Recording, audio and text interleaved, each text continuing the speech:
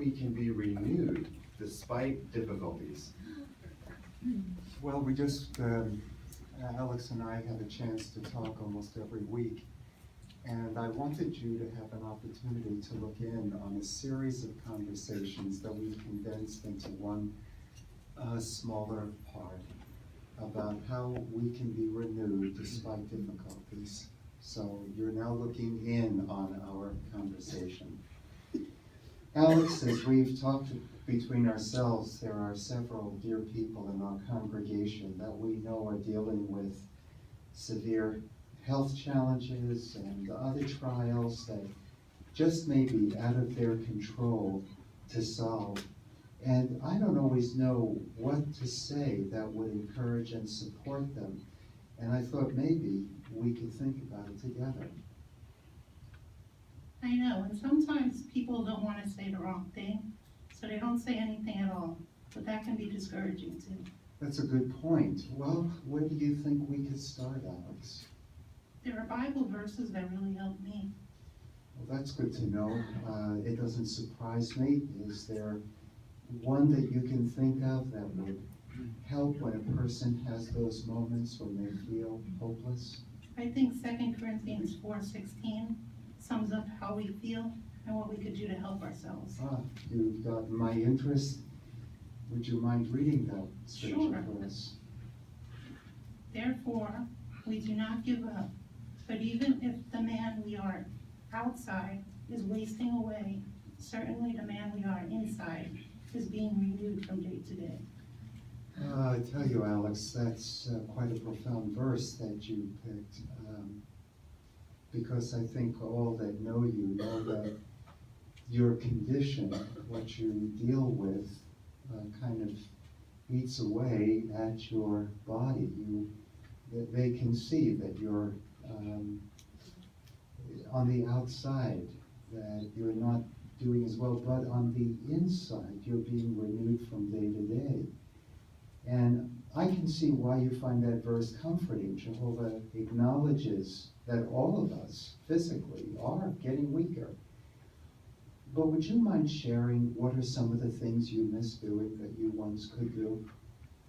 I used to love to draw, and I have to be careful what I eat now. I do miss eating my favorite foods. And I have to admit, I love cars and would love to be able to drive. But on the more serious side, there's just a matter of being able to do stuff for myself. I'm very much like a quadriplegic. My legs and arms are disabled. I have feeling but don't have movement. I can't even lift my arms to scratch my own nose. I'm saying these things not for the sake of pity. I work very hard to count my blessings, and there are many. Well, thank you, Alex, for painting that realistic picture. What helps you to keep your joy? I think others would benefit knowing. That scripture we read seems to sum it up. If we are wasting away from day to day on the outside, to keep up, we need to be renewed each day on the inside. When I do something for Jehovah, that really makes me the happiest. Well, doing things like what? Making sure I pray, reading something spiritual like the text, going out into ministry, preparing to have a share in our Christian meetings. I also try to be encouraging to my family by being grateful for what they do for me.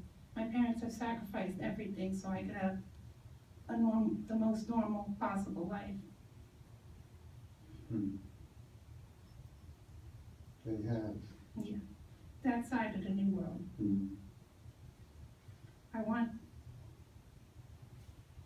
I don't want to leave out my grandma who comes every day to assist me in the morning.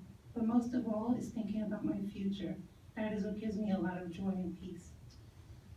Well, I can see how a lot of the things you mentioned, Alex, do renew you. I think those who know you can see that. Going out in the ministry, having a part of the meetings, trying to encourage others, being grateful to your wonderful parents and your grandmother. It's like a recipe that can fit all of us. But it may surprise some to hear you say that thinking about the future makes you happy. To many, the future means more of the same trials, and perhaps even worse. What do you mean when you say that? Well, when I think about the future, I think of the time when all of God's promises will be a reality. Paradise will be restored to this earth. People like me will run and jump out of their wheelchairs. Mm. Elderly and frail ones will return to their energizing bodies they had when they were young. I'm looking forward to working hard for others, including those who will be resurrected. I'm really excited about my future, and that keeps me going. Well, I'll tell you, Alex, those words, when we share them with the congregation, I think that's going to help to keep them going too. Thank you, Alex.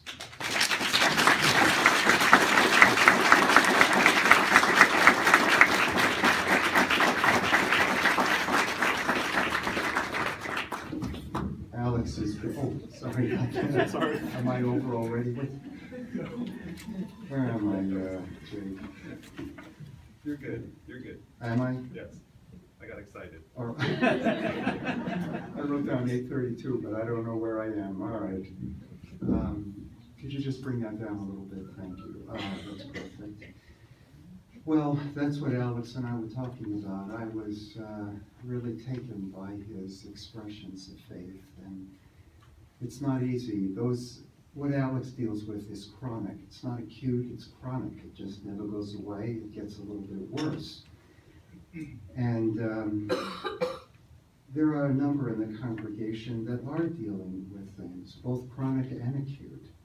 And Isaiah chapter 41, verse 10, you know that verse. I don't mind you looking at it with me again. There was a comment in the Watchtower that really helped me. Maybe it's helped you too. And the very first part of that verse says, "Do not be afraid."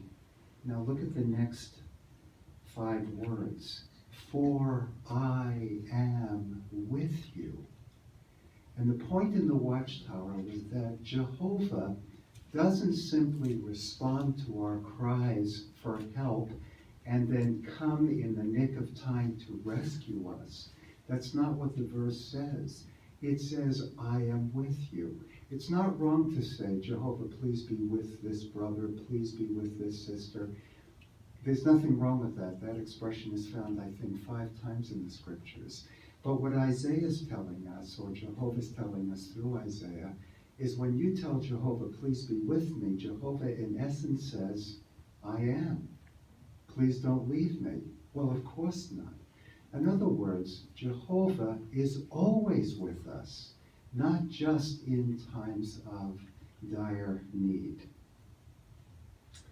They changed a little bit, modified verse 10. It says, "Do not be anxious." It used to say, "Do not gaze about." The expression anxious in Hebrew means that a person is looking in all directions to see whether there's anything that might hurt them. So Jehovah says, you don't have to look around. You don't have to look over your shoulder in fear. Why? He goes on to say, "For I am your God." Well, it's a powerful picture of a parent and a child, and a father doesn't really stand by to defend his child. He will not allow his child to be separated from him. So when we're going through trials, Jehovah will never leave one of his faithful ones. He will never allow separation, even during what might seem to be the darkest moments in our life. And we thank so many in our congregation, and we thank you, Alex, for being living examples worthy of imitation, being renewed from day to day.